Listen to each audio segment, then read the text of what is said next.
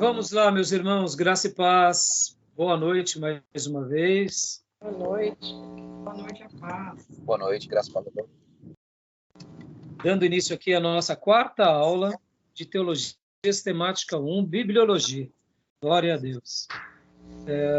Eu quero hoje começar aqui lendo um texto com vocês, lembrando que todas as nossas aulas são gravadas, para que vocês possam utilizar, e no futuro também possamos utilizar, levando essas aulas para outros alunos online. Tá bom? Bom, na última aula nós falávamos sobre joiada, e eu terminei a aula falando um pouco da importância de conhecermos o texto no original. E lá no livro de 2 Crônicas, capítulo de número 24, versículo de número 6, nós lemos um texto. E eu quero agora ler também com vocês tanto esse texto, quanto outro texto que está em Levítico 21:10. E eu quero mostrar as palavras no original para vocês, para mostrar como é importante a gente conhecer um pouco mais a palavra de Deus no nosso idioma, nas nossas versões, mas principalmente no original. Então, hoje nós estaremos aqui pegando um pouquinho de Strong, a gramática de Strong. Strong foi um irmão, um teólogo, um linguista, e uma das maiores contribuições que ele tem para nós é a riqueza que ele trabalha nas línguas originais, traduzindo os significados, no caso para o inglês, no caso para o português. É claro que tudo isso é fruto de linguistas, né? Muitas vezes eles pegam um gramático que foi muito bom no hebraico e no grego, e aí eles vão traduzindo para os seus idiomas, né? Então, eu quero ler aqui 2 textos, só para mostrar para vocês como é maravilhoso a palavra de Deus no nosso idioma, e quanto mais profundo a gente for, mais abençoados seremos. Olha só que interessante. Vamos abrir aqui em 2 Crônicas, segundo livro de Crônicas, eu vou abrir agora aqui, 24:6. Está compartilhando aí no meu aplicativo na tela de vocês, não está? Tá sim, Vocês estão vendo o meu celular? Sim, está compartilhando. Ótimo. Então, aqui eu estou mostrando para vocês,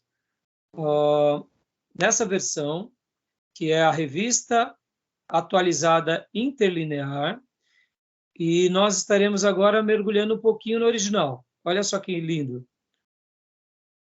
Mandou o rei chamar a joiada, o chefe, e lhes perguntou, 2 pontos. Na NVI, vai trabalhar assim: por isso o rei convocou joiada, o sumo sacerdote. Por isso que também joiada era considerado um sumo sacerdote. Porque essa palavra chefe, quando estava ligada ali, por exemplo, ao profeta, era o chefe dos profetas. Dos capitães, é o chefe dos capitães. Os valentes de Davi, no caso, seria o principal valente de Davi, o chefe. No caso aqui, ao lado de sacerdote, é o chefe dos sacerdotes. Logo, subentendemos como sumo sacerdote. Mas olha que interessante. Essa palavra, o chefe, quando nós pegamos e abrimos, você viu que eu clico nela, e aqui eu abro, só para vocês terem uma ideia, aqui, ó, clico e vai e abre o original. E então é Rosh. E aí vem que o significado é procedente de uma raiz não utilizada aparentemente, significando sacudir. Mas ela tem um significado, olha só que está aqui em negrito: cabeça, topo, cume, parte superior, chefe, total, soma, altura, fronte e começo. Ou seja, em muitas versões bíblicas, em muitas passagens, O autor, quando ele estava escrevendo, o profeta, o escritor, quando colocava essa palavra Rosh, que significa chefe, então poderia ser traduzido como o cabeça da tribo, o topo, o cume do monte, a parte superior, ou seja, dando uma ideia daquele que está acima. Então, ficou claro aí? Joia? Agora vamos lá para Levítico. Olha que legal, irmãos. A My Bible, ela é maravilhosa, irmãos. Eu acho que para nós aqui, seminaristas, essa Bíblia digital é um tesouro. É um tesouro. Então, estou fazendo a abertura aqui com ela para até incentivar vocês a conhecerem um pouco mais. Então, eu vou aqui, ó. Achei, pastor, mas eu não consigo mexer. Não, mas depois eu vou ensinar, irmã. Olha lá. Eu pus aqui a palavra, eu fui na lupinha, eu procurei sumo sacerdote. E aí vai abrir vários versículos. E aqui vamos para Levítico 21:10. Cliquei, joia. Então aqui podem ver que o sumo sacerdote entre seus irmãos, sobre cuja cabeça foi derramado o óleo da unção e que foi consagrado para vestir as vestes sagradas, não desgrenhará os cabelos, nem rasgará as suas vestes. Aqui está dando instruções sobre o sacerdote. Leis gerais para os sacerdotes. Então, a gente leu aqui o versículo 10, tá? Então, vamos lá. O sumo sacerdote. Lá no livro de Reis, 24:6, não foi traduzido na NVI como Joiada, o sumo sacerdote? Mas aqui na interlinear nós não tínhamos lido assim, mandou o rei chamar Joiada o chefe. Ou seja, Joiada, ele era o chefe dos sacerdotes, ou ele era o sumo sacerdote, ou ele era o sacerdote que tinha mais autoridade. Sendo qualquer uma dessas derivações ou significados, Joiada, ele era uma autoridade. Então, ele poderia ser o sumo sacerdote? Poderia. Ele poderia não ser o sumo sacerdote de fato, mas ele poderia ser o sacerdote mais respeitado entre todos, inclusive entre os sacerdotes, o sumo sacerdote. Estão entendendo onde eu quero chegar? Estão entendendo? Muitas vezes a pessoa ela é uma autoridade, como eu disse na última aula. O pastor Enéas, durante muitos anos, ele já era um ancião, então nós, como batistas, sempre fazíamos uma eleição do novo presidente ou da ordem dos pastores do estado de São Paulo ou do Brasil. Muitas vezes o pastor Enéas declinava. Ele declinava porque ele já estava com uma idade avançada e ele queria deixar com que os novos pastores assumissem essa responsabilidade. Então, alguns pastores assumiam a responsabilidade como o líder responsável pelos pastores no Brasil e no estado de São Paulo. Mas onde o pastor Enéas estava, todo mundo perguntava, pastor Enéas, o que o senhor acha disso? Porque ele era sempre considerado como uma grande ou a maior autoridade entre nós. Estão entendendo? Ficou claro? Então, Joiada aqui era o sumo sacerdote?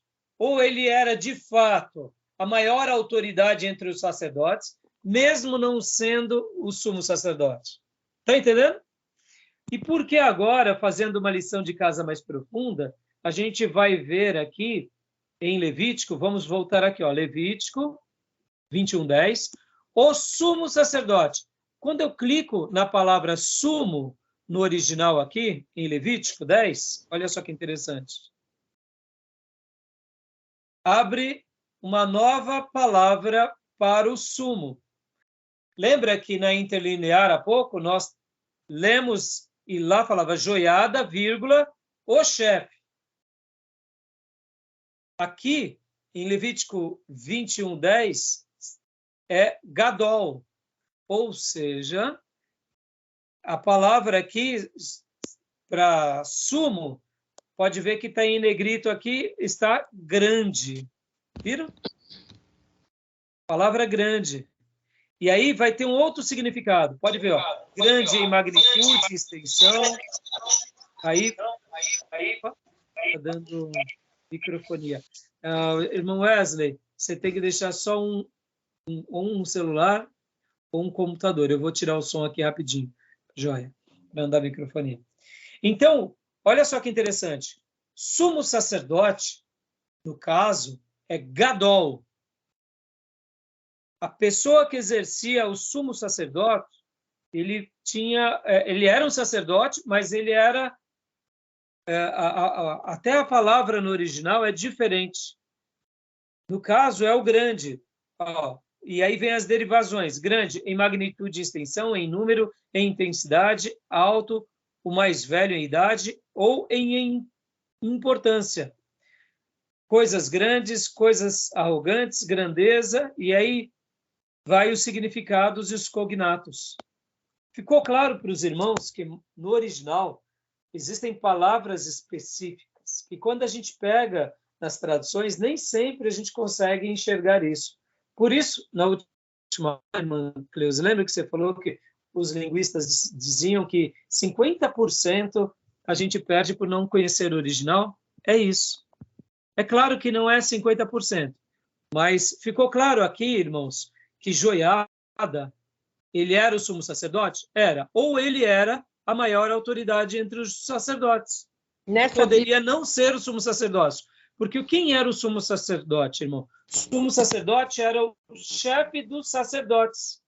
Era aquele que representava a responsabilidade de entrar na tenda, no Santo dos Santos, uma vez por ano, ou no templo, no Santíssimo Lugar, fazendo aquele sacrifício pela expiação de todo o povo. Então, geralmente, os sacerdotes eram vários. O sumo sacerdote era um só. Quando ele morria, era colocado outro. Ou, muitas vezes, por uma questão de idade ou de doença, era trocado. Tá bom? Ficou claro? Fiz questão só de mergulhar hoje aqui no original para deixar um gostinho a mais para os meus irmãos, tá bom? Ficou claro, irmãos? Ou ficou um pouco difícil a compreensão? Não, ficou claro. Então, joia. Então, deixa eu desligar aqui. Só um minutinho. Na minha Bíblia aqui, pastor, também é chefe. Nessa Bíblia de estudo é chefe.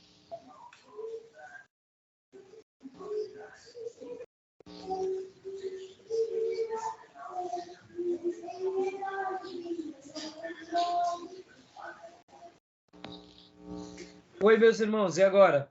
Parou o compartilhamento, né? Da minha telinha de celular, da My Bible. Parou? Parou. Joia. Então, minha irmã, você vê, muitas vezes, não é que não possa, tá, irmã?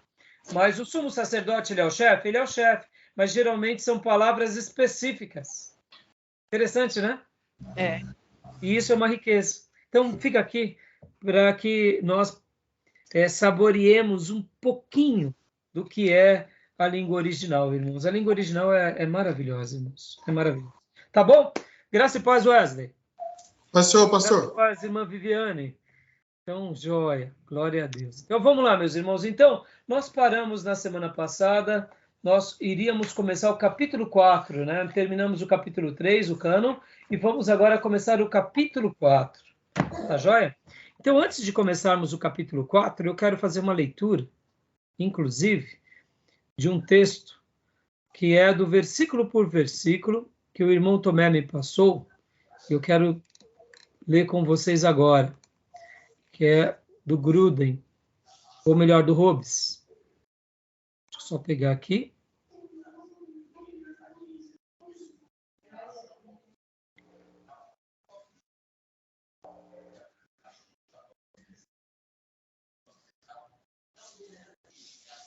Olha que legal, meus irmãos. Deixa eu compartilhar com vocês aqui.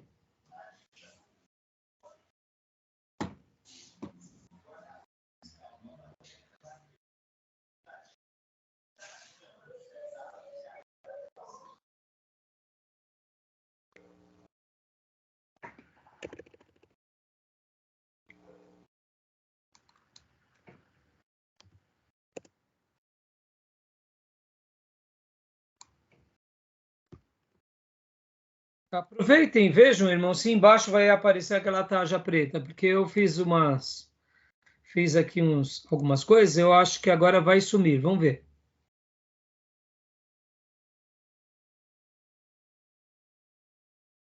Tá aparecendo a tarja preta no final? Tá. Ah, então não tem jeito. Desiste, pastor desiste. Ah, não é isso. Pastor desiste, irmã. Perdeu. Ô, pastor, será que essa tarja preta não é da legenda? Então, meu irmão, eu não sei por que é. Aí depois eu preciso de ver no YouTube como que resolve essa questão. Mas eu confesso que eu não sei. Não sei te dizer. Já tentei, descobri, já mudei o formato aqui, não estou conseguindo. Tá? Ó, irmãos, olha, capítulo 1 do Roberts, a Bíblia. A gente está estudando aqui a Bíblia, né? Então, eu estou aqui, ó. Não sei se dá para vocês verem. Dá para vocês verem? Deixa eu tirar aqui o compartilhamento. Né? É o livro que nós estaremos fazendo versículo por versículo. Joia. Então, vamos lá. Vamos lá.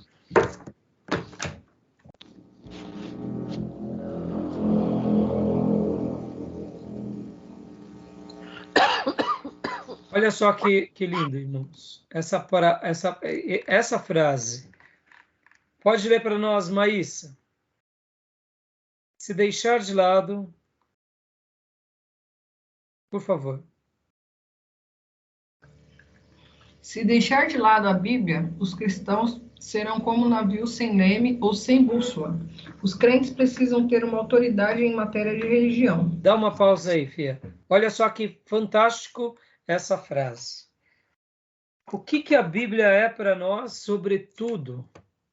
Ela é a nossa autoridade no que se diz respeito sobre a nossa fé, sobre as nossas práticas religiosas.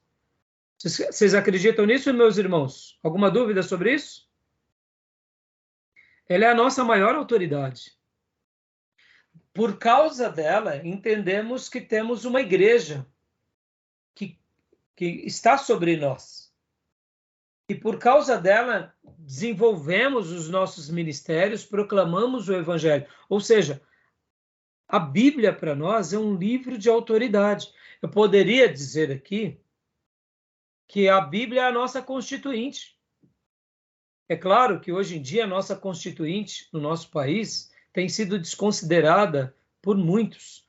Mas partindo de um pressuposto de seriedade, o que é uma constituinte? É o que rege. São as normas que balizam aquela nação. Então, em outras palavras, a maior autoridade para um servo de Deus é o quê? A palavra de Deus. Em matéria de religião, existem muitas religiões, mas para nós é as Escrituras. Vocês concordam com isso, meus irmãos? Tudo bem? Alguma dúvida sobre essa questão? Nenhuma, né? Claríssimo, né? Joia? Tá bom, vamos lá. Então, continuando aqui. Continua para nós a frase, irmã. O católico romano se estriba na autoridade da igreja e, por sua vez, acha suas fontes da verdade na tradição e nas escrituras. Opa, peraí. Então, olha, qual que é a autoridade católica? A autoridade no catolicismo romano é a tradição e as escrituras. Então, olha que interessante. Como assim a tradição, pastor? A tradição da igreja. Agora, vamos lá. Qual dessas duas bases são maiores para os católicos? É a tradição ou é as escrituras? Vamos lá. É a tradição. Por quê, Maísa? Por que a gente afirma que é tradição? Porque dificilmente eles leem, né, pastor, as escrituras. Eles vão mais pelo que se ouve falar, pela cultura mesmo, né? É difícil, é a coisa mais difícil que tem no mundo eu ver um católico que lê a Bíblia. Olha, Maísa, eu até diria que hoje, graças a Deus, tem bastante, viu, Maísa? Tem bastante, viu? Mas, assim, não é um costume de muitos católicos. Mas, mesmo que leiam, eles leem com os óculos da tradição.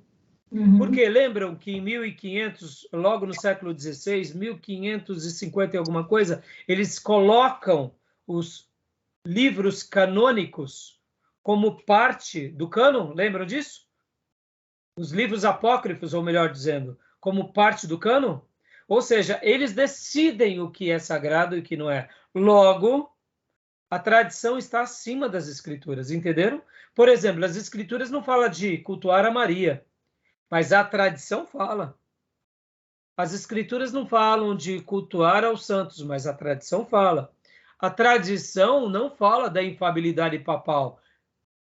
Ou melhor, as escrituras não falam da infabilidade papal, do culto aos santos. As escrituras não falam, mas quem fala sobre isso é a tradição. Interessante, né? Tá bom? Ficou claro, meus irmãos? Sim. Então, leia para nós aqui. Admitem eles mesmos que a tradição é de maior importância. Os batistas têm sua fonte de autoridade somente na Bíblia. O que ela diz, eles dizem. Onde ela silencia, eles silenciam. Embora não rejeitem outras fontes de conhecimento, os batistas insistem em afirmar que não se deve negar nem substituir ou deslocar a Bíblia. Opa, olha que frase linda. Aqui ele está colocando os batistas, irmãos, porque o Hobbes, né, o Herschel H. Hobbes, ele de fato era um batistão, né? Então a contribuição que ele dá para o povo batista é maravilhoso, é maravilhoso. No entanto, ele poderia parafrasear como se ele estivesse falando em nome dessas igrejas históricas, né? No entanto, mais uma vez, olha que onde a Bíblia silencia, a gente silencia. O que ela diz, nós dizemos. Embora não rejeitamos outras fontes de conhecimento, ou seja, estamos abertos a aprender. Os batistas insistem em afirmar que não se deve negar, nem substituir ou deslocar. Eu gostei demais dessa expressão. Deslocar a Bíblia. Poderíamos colocar aqui reinterpretar a Bíblia? Poderia, né? Podem ver, irmãos, um conservador, ele não vai negar isso. Nenhum conhecimento provado pode substituir a Bíblia. Amém, meus irmãos? Tá bom? Então, eu queria deixar aqui esse comentário dessa obra tão maravilhosa, só para mostrar para vocês aonde nós comemos, qual é a nossa cozinha e aonde nós nos alimentamos, tá bom? Joia, meus irmãos, tranquilo? Tudo bem? Então vamos lá agora para o nosso livro-texto. Livro-texto, abram na página 44, tá bom, meus irmãos? Nós hoje vamos estar trabalhando no livro-texto. Agora vai ser uma fase que a gente vai para o livro-texto, para outros livros, e também nós estaremos hoje trabalhando bastante no resumo do Hobbes, tá bom? Que teologia sistemática atual e exaustiva. Então a gente vai estar trabalhando. Hoje nós estaremos, eu vou estar abrindo aqui para vocês agora o resumo do Hobbes, tá? Deixa eu só abrir.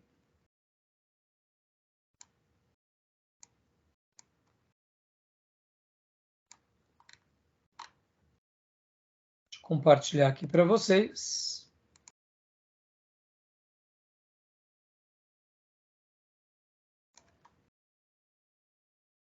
Joia. Aqui nós estamos no resumo de teologia sistemática do Gruden, Wayne Gruden. Então, parte 1, doutrina da palavra de Deus, ou bibliologia, nós já trabalhamos aqui nessas partes e no cânon terminamos semana passada. Agora estamos aqui as 4 características das escrituras. Nós vamos trabalhar a partir daqui da página 5, tá bom? E vamos dar sequência. Então vamos lá, página 5.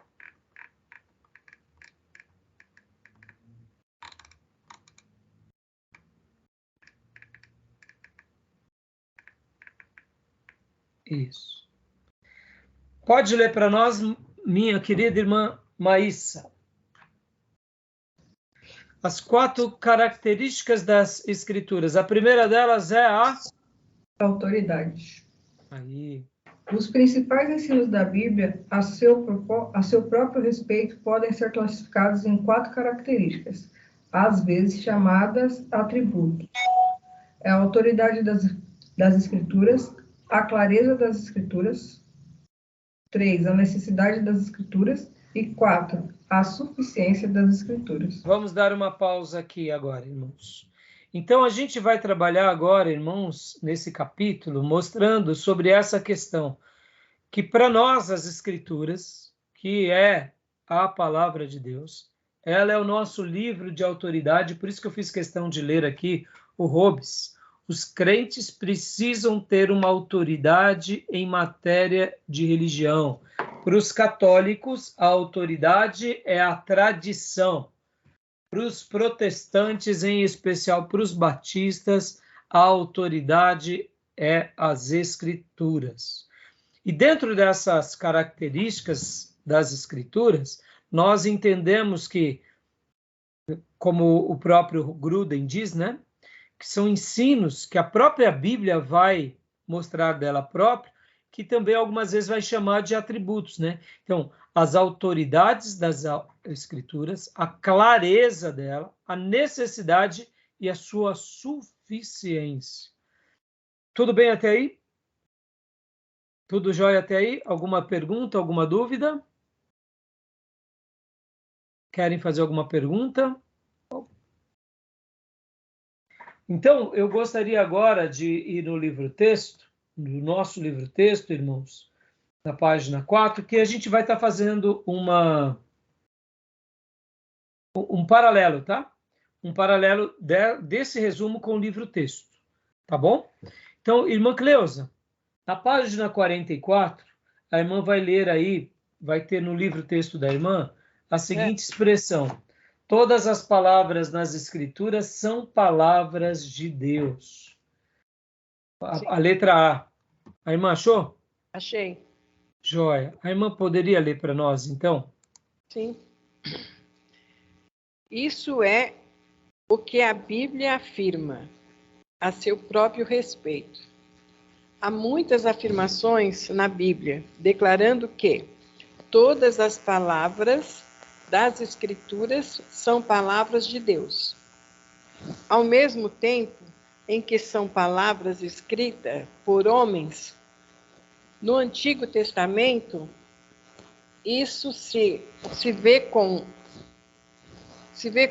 frequência na frase introdutória. Assim diz o Senhor, que ocorre centenas de vezes. Tá bom até aí. Olha só que interessante, meus irmãos. Deixa eu gastar um minuto aqui. Quando nós falamos que a Bíblia ela é um livro de autoridade, e essa frase eu gostei demais, todas as palavras nas Escrituras são palavras de Deus. Lembram que nas aulas passadas eu mencionei com vocês, dizendo que na escola de alta crítica, eles vão ficar questionando e arrazoando sobre essas questões, ora dizendo, mas Deus falou diretamente à mente e ao coração do profeta, ao ouvido, e ele entendeu, e ele ali recitou o que Deus estava dizendo, ou Deus imprimiu uma ideia, e aí ele coloca as palavras que, segundo a compreensão dele, seria o mais próximo daquilo que Deus estava se comunicando. Vamos dar dois exemplos. Quando Deus diz assim, sede santo porque eu sou santo. Vamos imaginar 2 paralelos aqui. Então, Deus falando com... Vamos lá, Wesley, você, pastor Johnny, vamos pensar aqui. Deus se revela a vocês e diz, Wesley, pastor Johnny, diga ao meu povo, sejam santos porque eu sou santo. Assim diz o Senhor. Olha que forma bonita e espirituosa de imaginarmos essa comunicação e essa revelação. Dessa forma, veio o quê? Veio uma palavra, nós entendemos a palavra, o som da palavra, e elas já vieram, vamos assim chamar, de prontas. Meu servo, diga ao meu povo, assim diz o Senhor, sejam santos, porque o Senhor, vosso Deus, é santo. Ou seja, se já tem a construção, até a quantidade de palavras. Foi assim que Deus se revelou no passado? Ou foi algo assim? Vem a santidade de Deus sobre o servo do Senhor, por exemplo, Wesley e pastor Johnny, e de repente Deus imprime algo, como meu servo, diga ao meu povo que eu sou santo. Digam para que eles se santifiquem. E nós, servos de Deus, de repente, do nosso jeito, expressamos aquilo que melhor diz, aquilo que entendemos da parte de Deus. Ou seja, essa é uma discussão que na teologia vai ter. É nisso que eu quero desconstruir agora aqui com vocês, porque assim, irmãos, tudo isso pode de fato ter acontecido, mas isso, no suprassumo, é mais um debate acadêmico. Porque o que importa para nós, num primeiro momento, é acreditar de todo o nosso coração que todas as palavras nas Escrituras são palavras de Deus, ponto final. Como aconteceu, a forma que aconteceu, o jeito que aconteceu, se foi uma inspiração plenária, se foi uma inspiração verbal, se foi uma inspiração parcial. Irmão, foi a inspiração. O milagre está feito. Sabe mais ou menos, irmãos? Vou traduzir aqui de forma simples. Quando o homem da mão mirrada estava lá na sinagoga e Jesus chama ele à frente e diga, estique a sua mão. Como que ele esticou uma mão que era mirrada? Sabe uma pessoazinha que tem uma mãozinha mirradinha? Perninha mirradinha? Imagina como que ele esticou. O texto está dizendo que Jesus o desafia, estica a tua mão. E, não sei, fez barulho, estralou, ele gritou, não sei, o texto não diz, mas uma coisa aconteceu, um milagre aconteceu. Estão entendendo onde eu quero chegar? A Bíblia é um livro de milagre.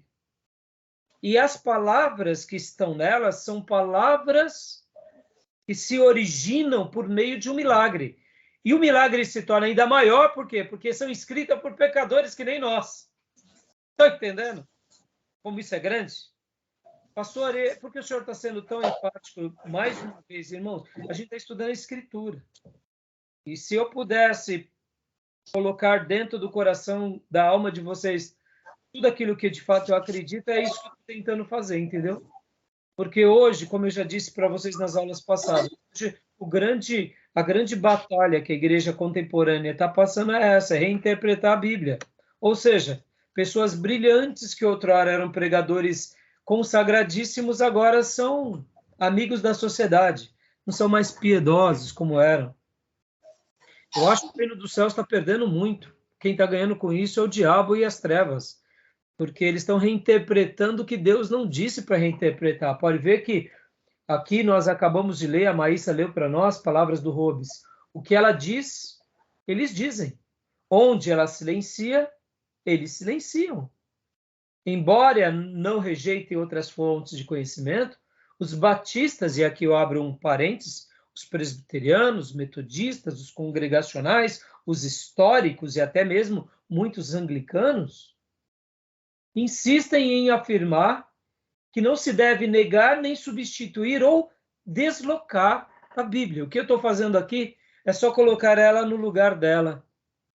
Vamos lá, deixa eu dar outro exemplo aqui, eu sei que é gritante. Vamos lá, meus irmãos, vocês acreditam que o povo do deserto passou pelo meio do Mar Vermelho a pé enxuto? Crê ou não crê? Eu creio, irmãos, disso de uma forma como eu estou vendo vocês. Pastor, qual eram os metros das paredes do Mar Vermelho? Eu não sei se eram 5 metros, que nem no desenho de Spielberg, de Moisés. É lindo, né? Eles estão passando durante a noite. Spielberg, ele é um judeu, cai um trovão e de repente eles veem uma baleia aqui do lado. Pastor, ali, eles viram baleia? Eu não sei se viu baleia. Eu não sei se eles viram o que eles viram. Mas eu sei de uma coisa. Deus disse para Moisés, Moisés, pega a tua vara, toca no mar, diga ao mar, o mar se abre, e eles passam a pé enxuto, E depois que eles já estão do outro lado, os cavaleiros de Faraó passando ali, o mar se fecha, os cavaleiros egípcios são mortos. Pastor, como que foi isso? Eu não sei os detalhes, mas eu sei que esse milagre aconteceu. A escola, no caso, né, liberal, ela vai falar assim, mas eu acredito que aqui é uma figura de linguagem, não foi bem assim. Eles vão tentar cientificar o milagre. Meu irmão, milagre é milagre porque você não explica. Porque no dia que você explica, já não é mais milagre, tá bom? Então nós seguramos nas mãos um livro que é um milagre, que ao mesmo tempo são, como a irmã Cleusa acabou de ler, ao mesmo tempo são palavras de Deus, mas escritas por seres humanos. Deixa eu gastar um minuto agora aqui. Por que nós não seguramos nas mãos um livro escrito por anjos? Vamos lá, mas por quê?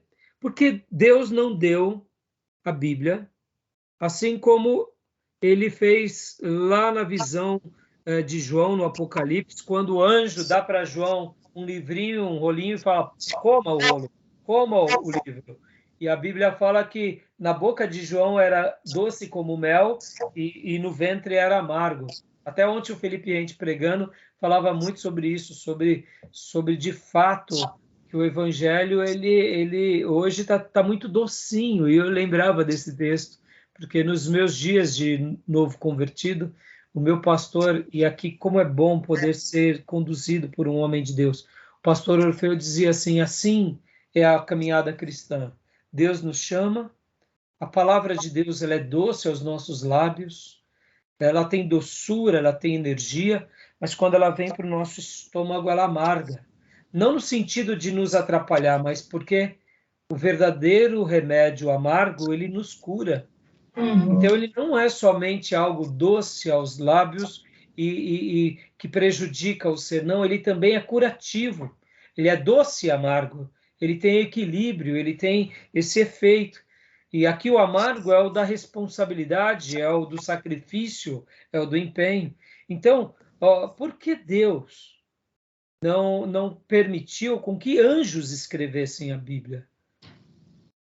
Por que Deus não permitiu com que anjos proclamassem o Evangelho a outras pessoas? Vamos lá. Vocês preferiam que alguém pregasse o Evangelho para vocês? Ou preferiam que viesse Gabriel, Miguel, um anjo? Vamos agora usar até aquela figura clássica, os cabelinhos loirinhos, branquinho, reluzente. Eu sei que essa é uma ideia mais medieval, mas não deixa de ser uma coisa diferente. Mas você gostaria de ouvir o Evangelho por um anjo ou por um pregador, por um parente? Eu preferiria um anjo. Mas por que Deus falou para que nós pregássemos e não os anjos? Porque Deus usa pessoas e não anjos. Vamos lá. Mas eu creio que é para mostrar que ele quer se relacionar conosco e que, falando uns aos outros, a gente entende também que é possível acesso a Deus e que ele quer se comunicar com os homens mesmo. Quer revelar a natureza dele para a gente, revelar o céu para a gente. Irmã Cleusa, Wesley, podem comentar. Muito bem, gostei da resposta, mas por que Deus não escreveu ou usou anjos para profetizar? Podem ver que alguns anjos, quando trazem uma mensagem de fato a alguém, eles acabam sendo profetas. Aliás, irmãos, a palavra anjos no original é mensageiro, tá bom? O profeta, ele é um mensageiro. Então, assim como um anjo é o porta-voz de uma mensagem, ou é aquele que leva uma mensagem de alguém, assim é o profeta, que leva a mensagem. Então, eu poderia dizer que o profeta faz um papel de anjo e o anjo faz um papel de profeta. Interessante, né? Mas boa resposta. Irmã Cleusa, por que, irmã Cleusa, Deus não deixou uma Bíblia escrita somente por anjo? Eu concordo com a Maísa. Porque Deus queria se relacionar com o ser humano. Joia. Wesley? Pastor, eu acredito que Deus, ele é amor, né? Então, ele nos capacita, nos ensina na palavra, né? Porque se o anjo visse e falasse tudo para a gente, seria muito fácil, né? Muitos aí viveram como Marcos, né? Oséias, né? Viveram uma história, né? E Deus permitiu que ele escrevesse para nós, para a gente hoje ter um entendimento, né? Aprender do passado para o presente, né? Joia, joia. Fui abaixar aqui a lacuna aqui, acabei clicando e sem querer cliquei. Quando você clica aqui, aparece um monte de motion. Desculpem. Então, é isso aí. Pastor Johnny, dá para falar, pastor? Ele está em translado. Não sei se ele consegue falar.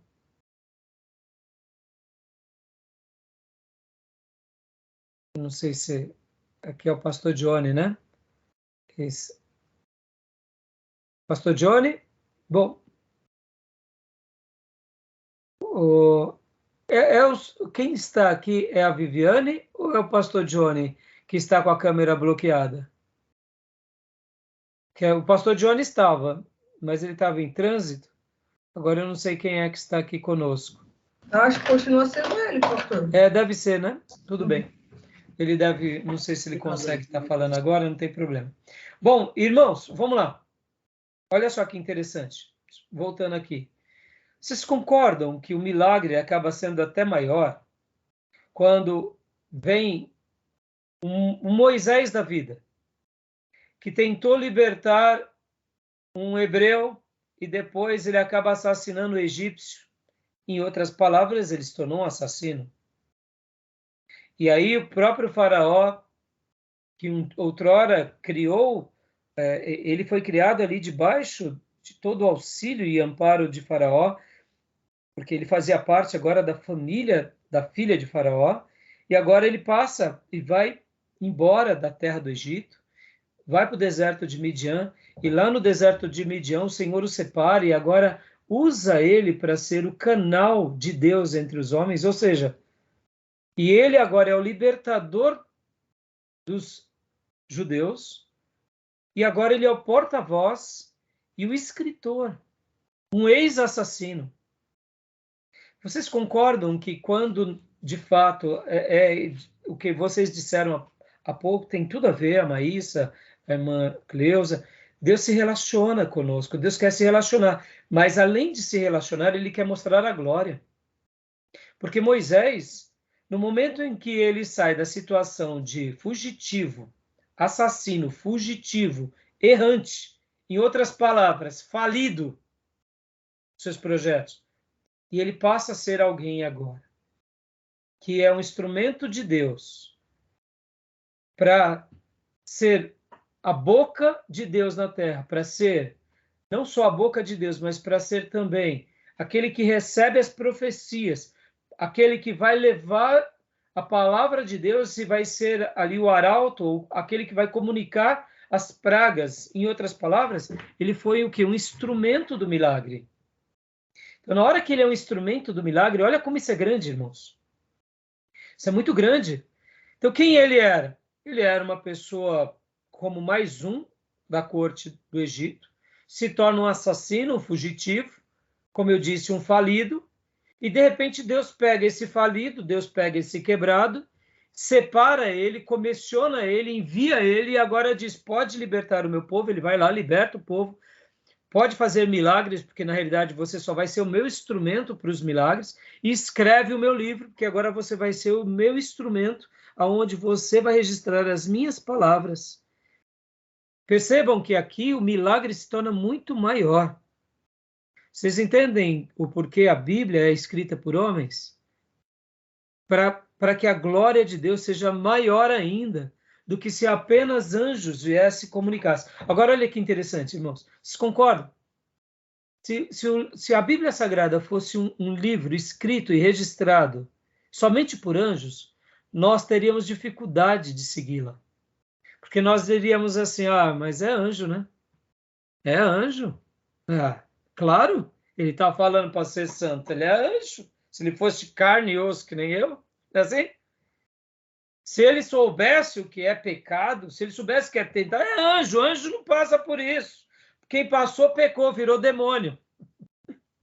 Entendeu? Então, hoje, quando nós pegamos um Pedro que errava e um Pedro que acertava, e agora ele escreve, um Paulo que também era um assassino, e agora, vocês entendem, irmãos, se fossem os anjos que pregassem o evangelho, não teria problema, mas quando somos nós que pregamos o evangelho, e nós que falamos, olha, o Salvador veio, o nome dele é Jesus, e olha, ele mudou a minha vida.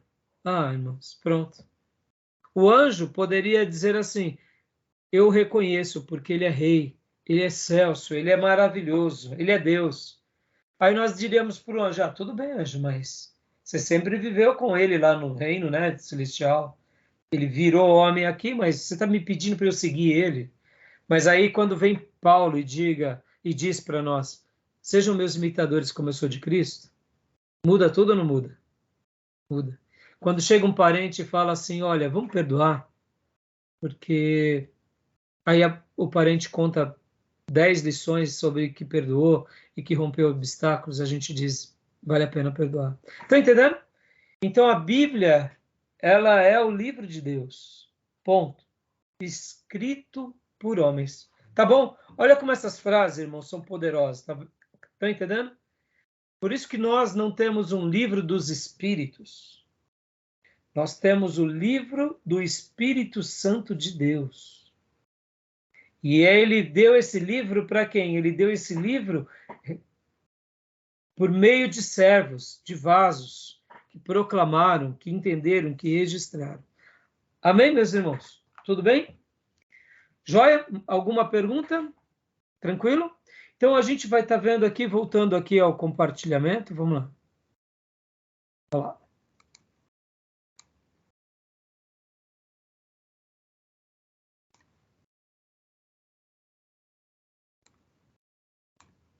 Joia. Continua lendo para nós, Maísa. Então, a autoridade, pode ler. Bom, antes disso, só quero lembrar, nós vamos estar trabalhando bastante sobre esses 4 pilares. A autoridade, a clareza, a necessidade e a suficiência, tá? Leia para nós aqui a autoridade, mas... A autoridade das Escrituras significa que todas as palavras nas Escrituras são palavras de Deus. De modo que não crer em alguma palavra da Bíblia ou desobedecer a ela é não crer em Deus ou desobedecer a Ele. Ah, meus irmãos, essa frase aqui é maravilhosa. Guardem isso, hein? Olha lá. Ó. Não crer em alguma palavra da Bíblia ou desobedecer a ela é a mesma coisa que desobedecer a Deus ou não crer nele. Tudo bem? Tranquilo? Concordam com isso? Isso daqui, irmãos, não é um jargão, viu? Por quê? Porque ela é o nosso livro de autoridade. Meus irmãos, vocês podem duvidar do pastor, vocês podem duvidar até mesmo, muitas vezes, da igreja, vocês podem duvidar de certos sonhos, de certas visões, de certas profetadas, de certos profetas, mas jamais duvide das Escrituras. Porque ela é o livro de autoridade. Deus fez questão de se comunicar conosco por meio dela. Então, não crer nela é não crer em Deus. Desobedecer a ela é desobedecer a Deus. É assim mesmo. Podem ver que há muitas pessoas, irmãos, nesse ponto aqui, o que acontece? Olha que interessante. Muitas pessoas até acreditam nos profetas. Vamos pegar aqui um exemplo bem simples. Quantas são as pessoas que acreditam em profetas, acreditam em profecias, acreditam em tudo isso? Mas quando chegam na questão da Bíblia, duvidam da Bíblia. Não sei se vocês já viram isso. A pessoa acredita demais num profeta. Acredita demais num profeta. O profeta falou, eles acreditam em tudo que o profeta diz. Tá bom. Mas na Bíblia... será que a Bíblia é assim mesmo? O profeta, eles não questionam nada, mas da Bíblia eles questionam tudo. Estão entendendo, meus irmãos? Então, Guardem isso no coração de vocês, não duvidem das Escrituras, porque ela é a palavra de Deus para nós, tá bom, meus irmãos? Joia? Tudo bem? Querem fazer algum comentário? Querem compartilhar alguma coisa? Tranquilo, meus irmãos estão meio quietinhos hoje? Podemos prosseguir? Gostaram dessa frase? Vocês pensavam dessa forma, não? É forte, pastor. É forte e é isso mesmo, né? A gente às vezes esquece que não são só palavras, né? É a revelação de Deus para a gente. Exatamente, mas estou gastando esse minuto, filha e irmãos, porque de fato, irmãos, olha só que interessante, irmãos. Quantas são as vezes na nossa vida que a gente acredita tanto num pastor? Acredita tanto naquele ministério, acredita tanto que vai acontecer, aí a gente vai ler um texto da Bíblia e a gente fala assim, será? Mas na hora que a gente chega na igreja, o pastor fala, a gente amém, recebo, não sei o que, recebo. Aí eu digo, olha como que houve uma inversão de valores. Pastor, nós devemos acreditar nele enquanto o que ele diz é palavra de Deus. O que ele cita é palavra de Deus. O que ele proclama é palavra de Deus. Mas enquanto que ele não proclama, ou se ele está ali numa exposição, a gente pode até colocar em xeque, porque o próprio apóstolo Paulo vai dizer, ouça tudo e retenha o que é bom. Julgue as profecias. Percebam, nós julgamos muito a Bíblia, mas nós não julgamos muitos profetas. Está errado. Estão entendendo onde eu quero chegar? Por que a gente faz isso, irmãos? Porque é mais fácil o quê? Eu acreditar naquele que está ali no púlpito. Irmãos, mudem essa visão. Não duvidem da palavra. Questionem o pregador. Se o que ele está dizendo está na palavra, ótimo. Se a leitura dele está na palavra, ótimo. Olha só que interessante, irmãos.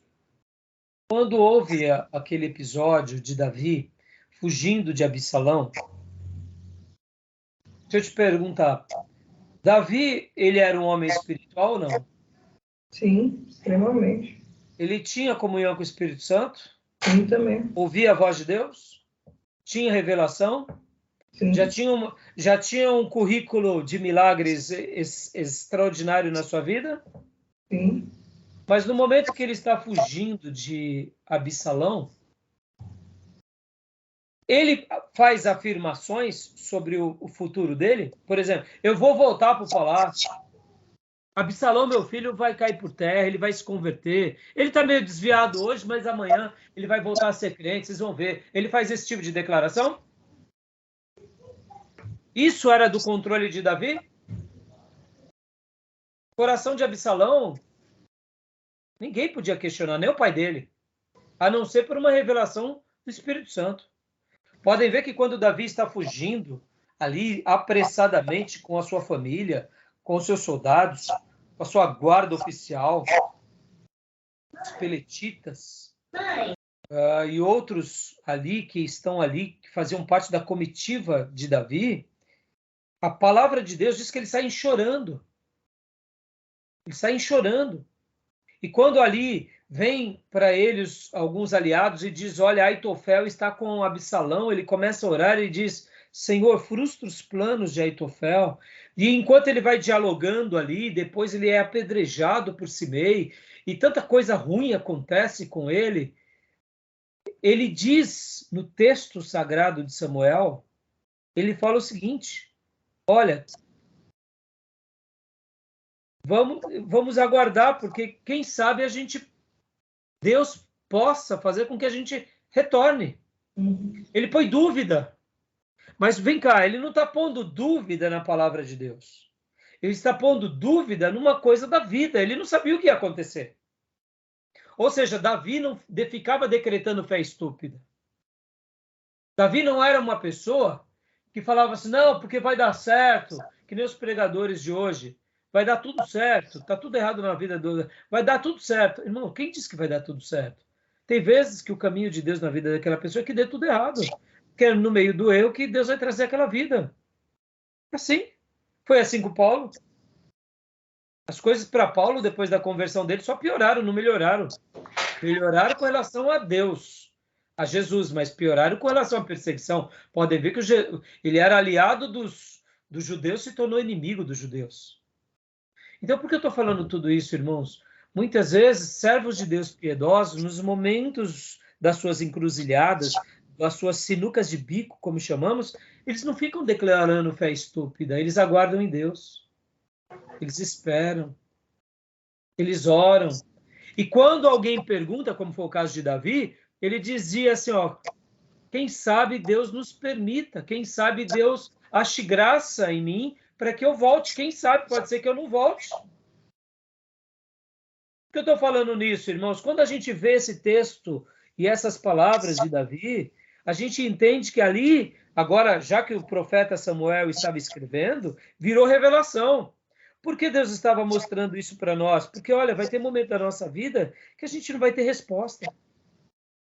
Como a gente acabou de dizer, onde ela silencia, nós silenciamos. O que é dia mau? O que é tribulação? O que são angústias? O que são perseguições e mortes? Então, é muito interessante que a gente tenha essa cosmovisão, tá bom, meus irmãos? Porque muitos, em nome de seguirem a Deus, e porque Deus é autoridade, as Escrituras é autoridade, fica declarando uma autoridade estúpida que Deus não nos deixou. E tem vezes que a gente não sabe. É que nem aquele pai que vê o filho doente e que fica, em nome de Jesus, ele vai ser sarado, de repente a criança morre, e aí ele entra em crise e fala, Deus, onde está a tua autoridade? É como se Deus dissesse, filho, eu não disse isso na minha palavra. Eu disse que vocês passariam por momentos de vale de sombra e de morte, mas vocês passariam. Não quer dizer que Deus não está presente sobre nós, que Ele nos abandonou. Tá bom, meus irmãos? Então, não confunda a autoridade das Escrituras com uma pseudo-autoridade que nós declaramos tolamente em cima das nossas crendices. E repito, o que ela diz, confie, porque crer na palavra de Deus é crer em Deus. Desobedecer a palavra de Deus é desobedecer a Deus, tá bom?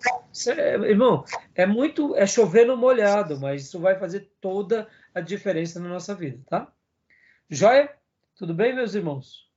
Acho que não sei se é Eclesiastes ou Provérbios, né, que fala que a gente não pode dizer que vai fazer isso ou aquilo amanhã, porque a gente não sabe nem se vai estar vivo e o amanhã pertence ao Senhor, né? Tiago diz isso, então, mas Eclesiastes também fala para a gente não fazer voto. Fala de voto, mas fala de planejar, mas também que no final quem é o dono do plano é o Senhor, né? Né? Exatamente, Maísa, porque muitas vezes, Maísa, a gente tem crendices no dia a dia que viram palavra de Deus, e a palavra de Deus não se torna autoridade última, entendeu? E é isso que eu quero trabalhar aqui nesse ponto, tá bom? Beleza? Então, vamos prosseguir aqui a nossa leitura. Vamos lá. Aliás, irmãos, está dando 1 hora, eu vou dar uma pausa agora na nossa gravação, tá bom? Como é costume. E já chamo vocês em alguns minutos, tá bom? Alguma pergunta até agora? Alguma dúvida? Tranquilo? Tudo bem? Então vou dar uma pausa, tá bom, meus irmãos? Só um minuto.